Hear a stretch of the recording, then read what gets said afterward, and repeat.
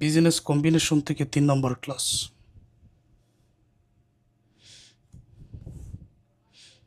Following are the balance sheet of H Limited and S Limited as on 31st December 2019।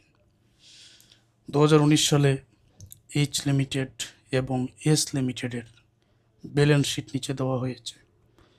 Liabilities, share capital 100 টাকা করে, H limited আর S লিমিটেডের আলাদা করে 6 লক্ষ 2 লক্ষ টাকা করে আছে।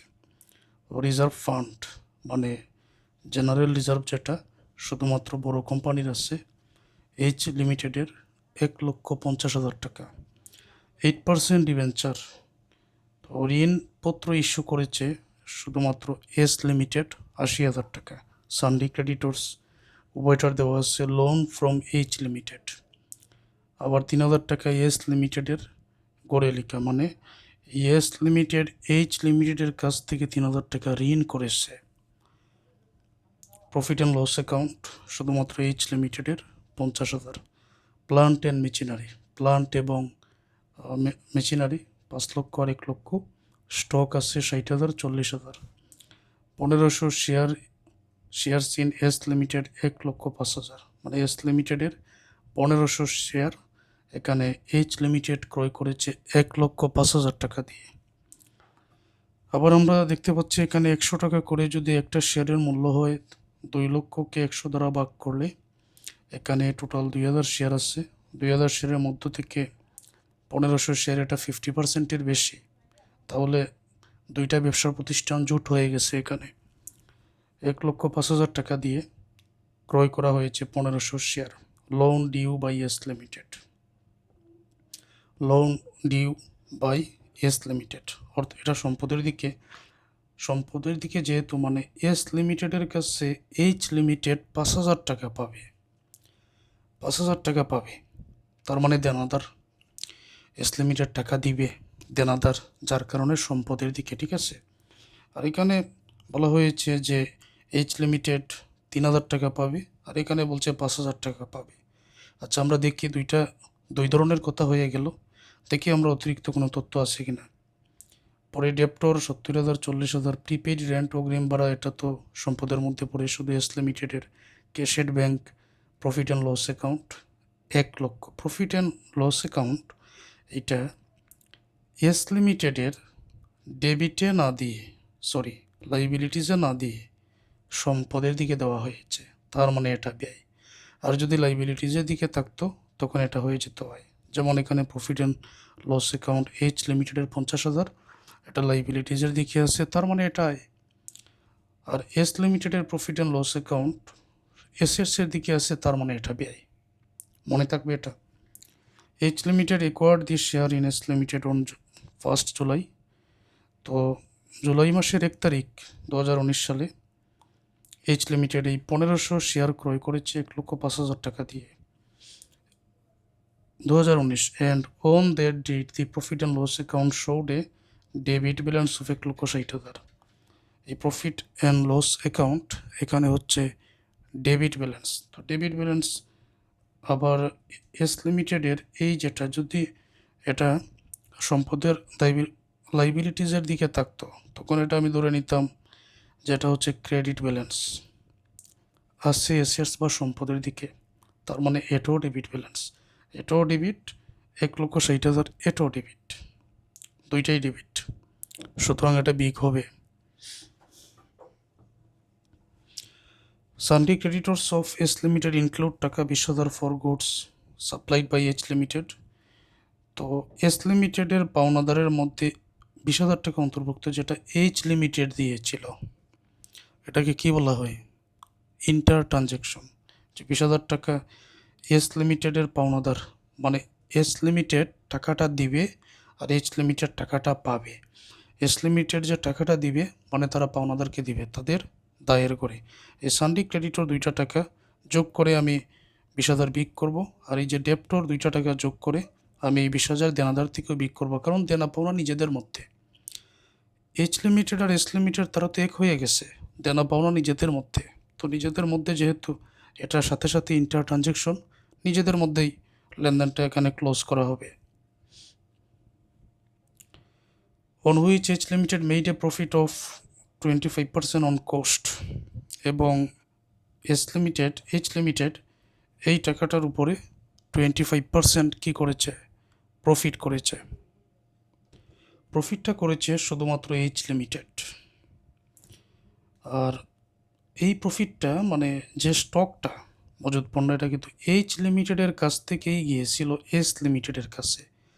একেবারে প্রথম ক্লাসে আমরা দেখেছিলাম এস লিমিটেডের কাছ থেকে, মানে ছোট কোম্পানি থেকে বড় কোম্পানির কাছে স্টকটা গিয়েছিল। সেই ক্ষেত্রে মাইনরিটি ইন্টারেস্ট থেকে কী করতে হয়, আনরিয়ালাইজ প্রফিটটা বেক করতে হয়। কিন্তু এখানে দেখা যাচ্ছে যে এইচ লিমিটেডের কাছ থেকে এস লিমিটেডের কাছে দেওয়া হয়েছিল, এবং এইচ লিমিটেড এটার উপরে 25% ব্যয়ের উপরে প্রফিট করছে। এটা তো তোমরা জানো। Half of this goods were in stock of S limited on 31st December 2019. Half of these goods were in stock of S Limited on 31st December 2019. আবার ডিসেম্বর 31, 2019 সালে এটার অর্ধেক পণ্য এস লিমিটেডের এই কাছেই ছিল। অর্ধেক পণ্য এস লিমিটেডের কাছেই ছিল।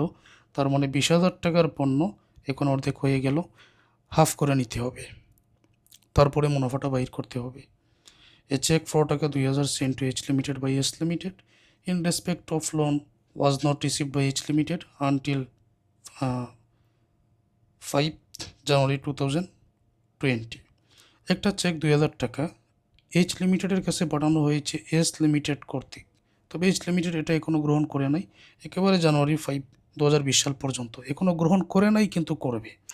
এখন একটা হিসাব আমি তোমাদের বোঝাই। যেমন এখানে loan due by S limited, H limited পাবে 5,000 টাকা। তো এইচ লিমিটেডের দেনাদারের নাম এখন এস লিমিটেড, কারণ এস লিমিটেডের কাছে টাকাটা পাবে 5,000। আর এখানে এস লিমিটেডের খাতার মধ্যে হিসাব আছে 3,000 টাকা পাবে। আবার বলা হয়েছে যে এস লিমিটেড 2,000 টাকার চেকও পাঠিয়ে দিছে। তাহলে এই 3,000 আর 2,000 5,000, আবার এই 5,000, এখন কিন্তু হিসাবটা মিলে গেছে। তো এই চেকের যে বিষয়টা, এটা সমন্বয় করতে হবে। কিছু বিষয় এমন থাকে যে মনে রাখার মতো, বোঝার মতো। এই মনে রাখতে পারলে, বুঝতে পারলে অঙ্কটা তখন সহজ হয়। তো এটা তুমি মনে রাখতে হবে।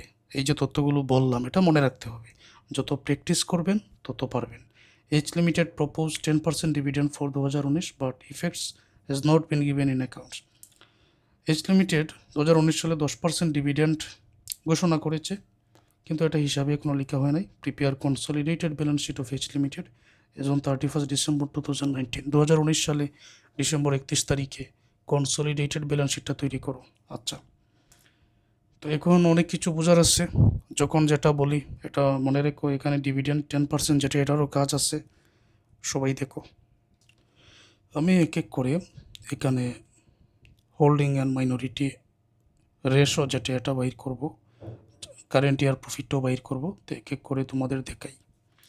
প্রথমে রেশো, 2 লক্ষ শেয়ার 100 টাকা করে 1500 শেয়ার এইচ লিমিটেড ক্রয় করছে, তাহলে 500 শেয়ার আরও বাকি রইল। অতএব এখানে এরকম হবে 1500:500। প্রত্যেকটাকে 500 দ্বারা ভাগ করলে এখানে হবে 3, এখানে হবে 1, 3:1। যোগফল হবে 4। তো 4/3 অংশ হবে এইচ লিমিটেড, 4/1 অংশ হবে এস লিমিটেড। এটা তো আমরা জানি।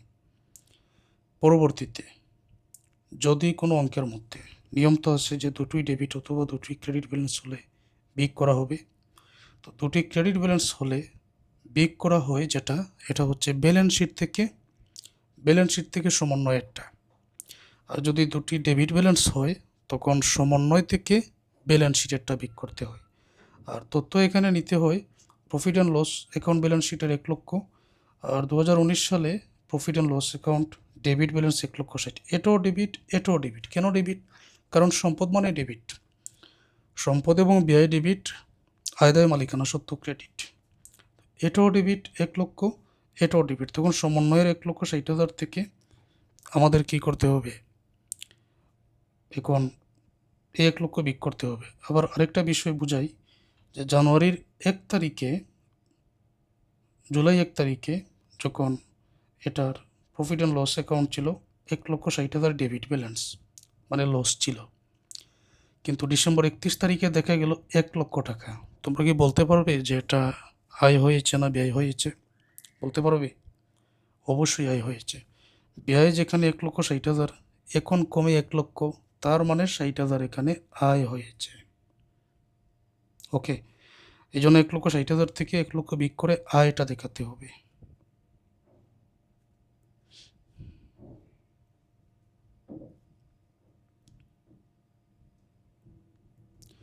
আয় হচ্ছে এখানে 60,000 টাকা। তো এটার কাজ শেষ।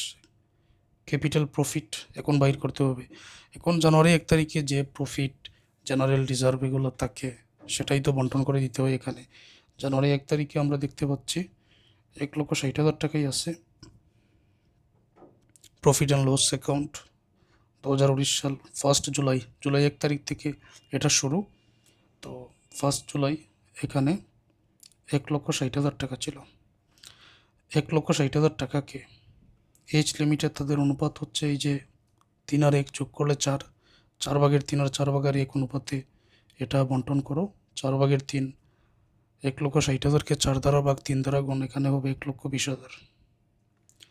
আবার 1,60,000কে 4 দ্বারা ভাগ 1 দ্বারা গুণ, এখানে হবে 40,000। ওকে, রেভিনিউ প্রফিট ওই যে 60,000 আছে না, এই আয়ের টাকাটাকে কি করতে হবে? বন্টন করে দিতে হবে। তো এই জায়গায় লক্ষ্য করো, কারেন্ট ইয়ার প্রফিটটা আমরা লিখবো, কিন্তু ওই যে অতিরিক্ত একটা তথ্য এখানে দিল 10% ডিভিডেন্ড, এটা ঘোষণা করা হয়েছে। তো ওই 10% ডিভিডেন্ডটা আগেই পেইড করতে হবে। ডিভিডেন্ড শেয়ার হোল্ডারদের এটা তো দিতে হবে, আর ডিভিডেন্ড তো আমি 1 নম্বর ক্লাসে আলোচনা করলাম। তো রেভিনিউ প্রফিট দেওয়ার আগে এই কারেন্ট ইয়ার প্রফিট উপর থেকে 60,000 নিলাম, আর প্রপোজ ডিভিডেন্ড 10% কত হবে? প্রপোজ ডিভিডেন্ড শেয়ার কি পরিমাণ আছে একটু দেখি আমরা। শেয়ার আছে এখানে, এটা কিন্তু সাবসিডিয়ারি কোম্পানি নিতে হবে, 2 লক্ষ টাকা আছে। এইচ লিমিটেড ঘোষণা দিয়েছে এটা সাবসিডিয়ারি কোম্পানির জন্য। তো 2 লক্ষ টাকা, এটা 10% হবে 20,000 টাকা। এই 20,000 টাকা তাদের আগেই পেইড করে দিতে হবে। থাকবে এখানে 40,000। এই 40,000কে রেভিনিউ প্রফিট এইচ লিমিটেডের 40,000 গুণ 4/3 টাকা হবে এখানে 30,000।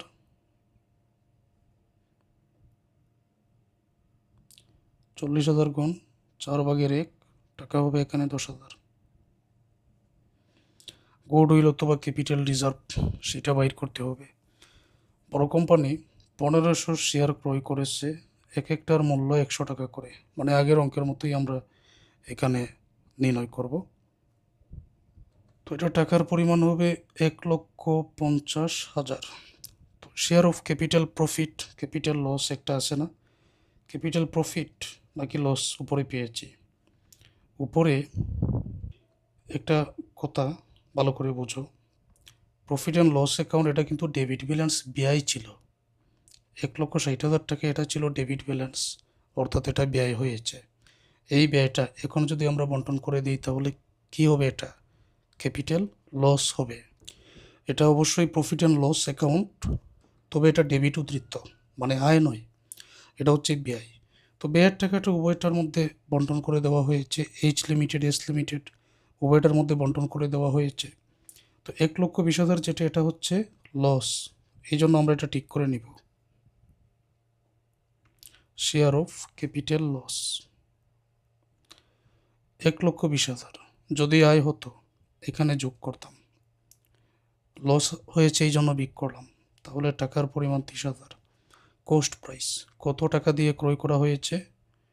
1,05,000 টাকা দিয়ে ক্রয় করা হয়েছে। অতএব এখানে আমরা 1,05,000 বিক করব।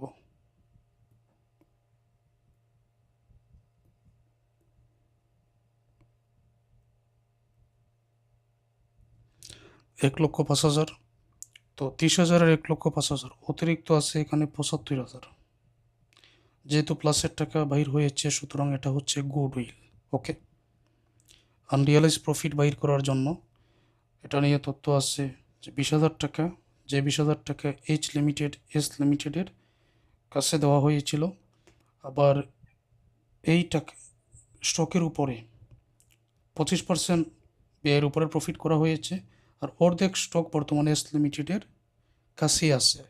তখন এটা বাহির করার নিয়ম হচ্ছে যে 20,000 গুণ অর্ধেক করে নিব, কারণ অর্ধেক এখন এস লিমিটেডের কাছে আছে।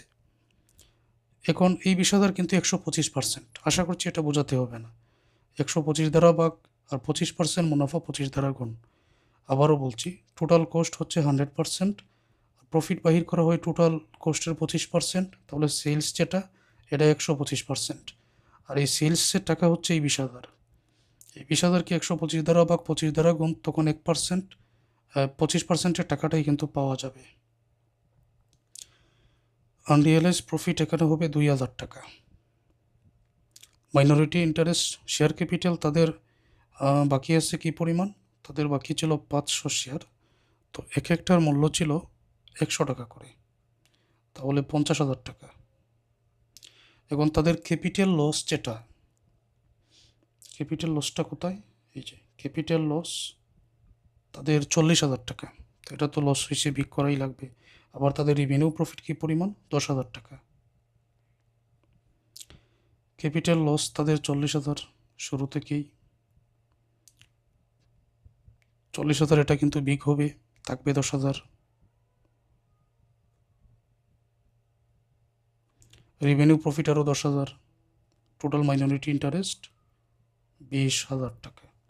Profit and loss account of H limited, তাদের প্রফিট অ্যান্ড লস অ্যাকাউন্ট আছে 50,000। এটার সাথে এই টাকা থেকে তাদের যে ডিভিডেন্ডের টাকাটা কিন্তু উভয় ক্ষেত্রে বিক করতে হয়। প্রফিট অ্যান্ড লস অ্যাকাউন্ট এখন যে বড় কোম্পানির বাহির করব, এখানেও ডিভিডেন্ডের টাকা এটা বিক করব। আর আগের এস লিমিটেডের টাকা থেকে, শেয়ারের টাকা থেকে আমরা তো রেভিনিউ প্রফিটে ডিভিডেন্ডের টাকাটাও বিক করে দিয়ে এসেছি। আচ্ছা, তো তাদের এইচ লিমিটেডের শেয়ার আছে 6 লক্ষ টাকার। 6 লক্ষ টাকা 10% কত? 60,000 টাকা। তো এটা বিক করে আমাকে নিতে হবে। প্রফিট অ্যান্ড লস অ্যাকাউন্ট টাকার পরিমাণ 50,000, তাদের ডিভিডেন্ড 6 লক্ষের 60 কত পার্সেন্ট? 10%, 60,000 যেটা থাকে, এখানে মাইনাসের 10,000 থাকে। তাদের রেভিনিউ প্রফিটের পরিমাণ 30,000, এই যে রেভিনিউ প্রফিট 30,000 এবং আনরিয়ালাইজ প্রফিট 2,000।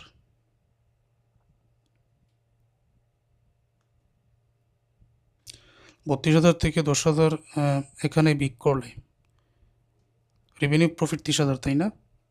তারপর আনরিয়ালাইজ প্রফিট 32,000 থেকে 10,000, না আনরিয়ালাইজ প্রফিট এটাও তো বিক হবে। তো 30 থেকে 10 আর 2 12,000 বিক করলে টোটাল হবে এখানে 18,000 টাকা অ্যাডজাস্টেড প্রফিট। এখন ব্যালেন্স শিটে অনেক কিছু লিখতে হবে, সবাই মনোযোগী হোক।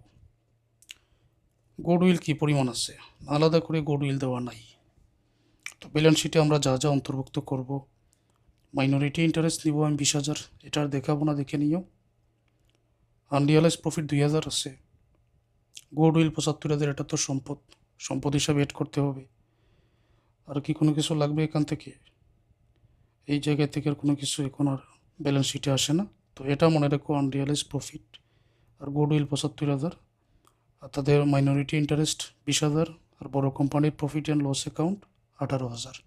ওকে, তো শুরুতে আমরা এখানে ফিক্সড অ্যাসেটসে গুডউইল কিন্তু অস্পর্শনীয় সম্পদের মধ্যে পড়ে, আবার স্থায়ী সম্পদের মধ্যে পড়ে, কারণ এটা 1 বছরের চাইতে বেশি সময় পর্যন্ত থাকে। সুনাম 75,000। তারপর আর যা যা আছে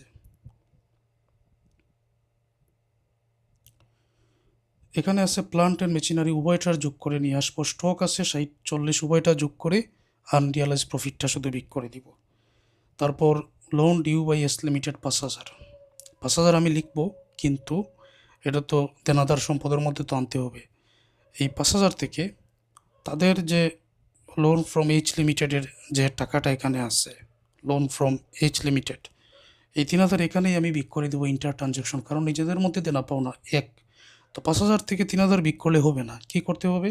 সমন্বয় করার জন্য ওই যে একটা 2,000 টাকার চেক পাঠানো হয়েছিল, কিন্তু হিসাবে উঠে নাই। আবার এটা জানুয়ারি 5 তারিখে, মানে সময় শেষে হিসাবে অন্তর্ভুক্ত হবে। এই 2,000 টাকাও আমি বিক করে সমন্বয় করে দিব, চেক ইন ট্রানজিট নামে এটাকে। ডেপ্টর আছে 2টা যোগ করো, তো এটা থেকে আবার ওই 20,000 টাকার যে এখানে এই যে সানডে ক্রেডিটর্স নিজেদের মধ্যে দেনাদার পাওনাদার থেকে 20,000 এটা বিক করতে হবে, তাই না?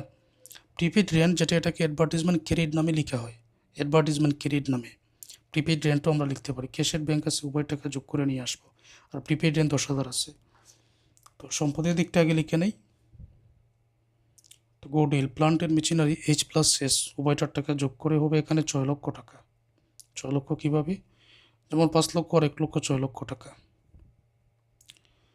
স্টক এইচ প্লাস এস উভয়টার টাকা যোগ করে এখানে আমরা পাবো 1 লক্ষ টাকা। এটা থেকে আনরিয়ালাইজ প্রফিট স্টক থেকে সবসময় বিক করতে হয়। 98,000 টাকা আমরা হিসাবে নিয়ে আসলাম। Loan due by S limited, loan কী পরিমাণ ছিল? 5,000। তো এটা তো প্লাসের সম্পদ, তবে ইন্টার ট্রানজ্যাকশন 3,000 করবো। কেন? কারণ দেনাদার পাওনাদার এখানেই আমরা ক্লোজ করে দিব, নিজেদের মধ্যে লেনদেন, এই জন্য ইন্টার ট্রানজ্যাকশন। আর 2,000 টাকার চেকও পাঠিয়ে দিছে ওই এস লিমিটেড। তো এই 5,000 থেকে মাইনাসে দুইটা, 3,000 আর 2,000 যোগ করলে 5,000, তো বিক করলে এখানে অতিরিক্ত কোনো টাকা আসবে না। ডেপ্টরের পরিমাণ আছে 1,10,000। ইন্টার ট্রানজ্যাকশন ছিল 20,000, তো এখানে হবে 90,000। অ্যাডভার্টিজমেন্ট ক্রেডিট হয়েছে প্রিপেড রেন্ট 10,000। ক্যাশের ব্যাংক দুইটা যোগ করলে এখানে হবে 1,83,000। তারপর চেক ইন ট্রানজিট, এটা সমন্বয় করেছি, কিন্তু এখন পর্যন্ত এটা পাওয়া যায় নাই, তার মানে পাওয়া যাবে যেহেতু, তার মানে এটা সম্পদ হিসাবে আছে। ভবিষ্যতে যে নগদ টাকা পাওয়া যাবে, যেমন প্রাপ্য বিল, এগুলো কিন্তু সম্পদের মধ্যে পড়ে। এই জন্য আলাদা করে এটা আবার 2,000 এড করতে হবে। তো এই যে ছোটো ছোটো বিষয়গুলো আছে, তো এটা তো মনে রাখার মতো একটা বিষয়। তো এই কারণে মূলত শিক্ষার্থীরা এই ধরনের অঙ্ককে কঠিন বলে, কিন্তু কোথায় কী আসবে এটা তোমাদের মনে রাখতে হবে, মনে রাখলেই সহজ। আচ্ছা, তো সম্পদের দিকের কাজটা শেষ। এখন দায়ের মধ্যে শেয়ার ক্যাপিটাল 6 লক্ষ তো আনবো, আর রিজার্ভ ফান্ড এখানে আছে 1,50,000। ডিবেঞ্চার আছে এখানে, ডিবেঞ্চার 80,000 আনবো।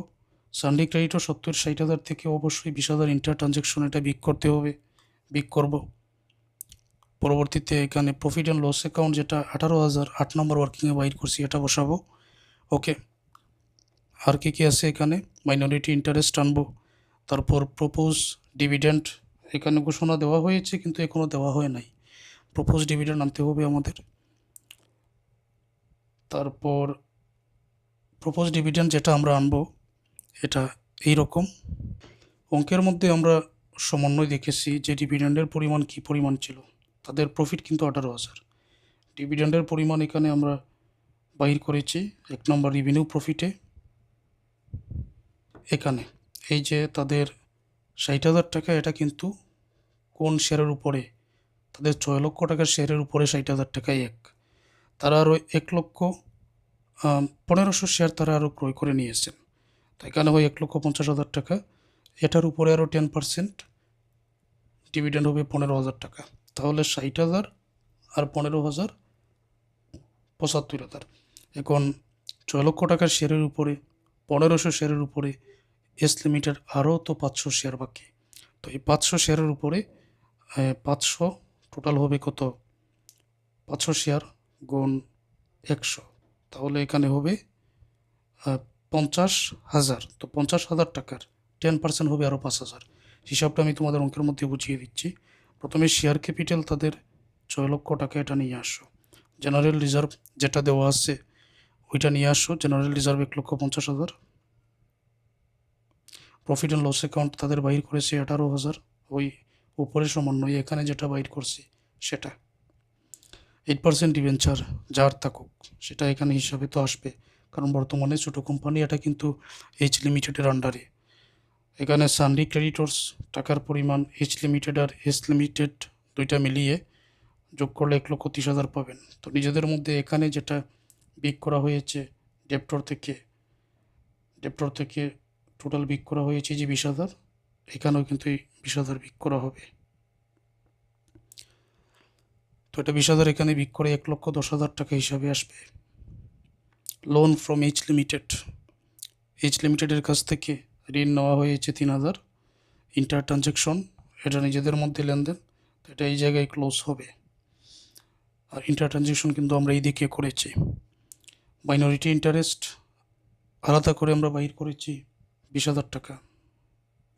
প্রপোজ ডিভিডেন্ড হিসাবটা বুঝো।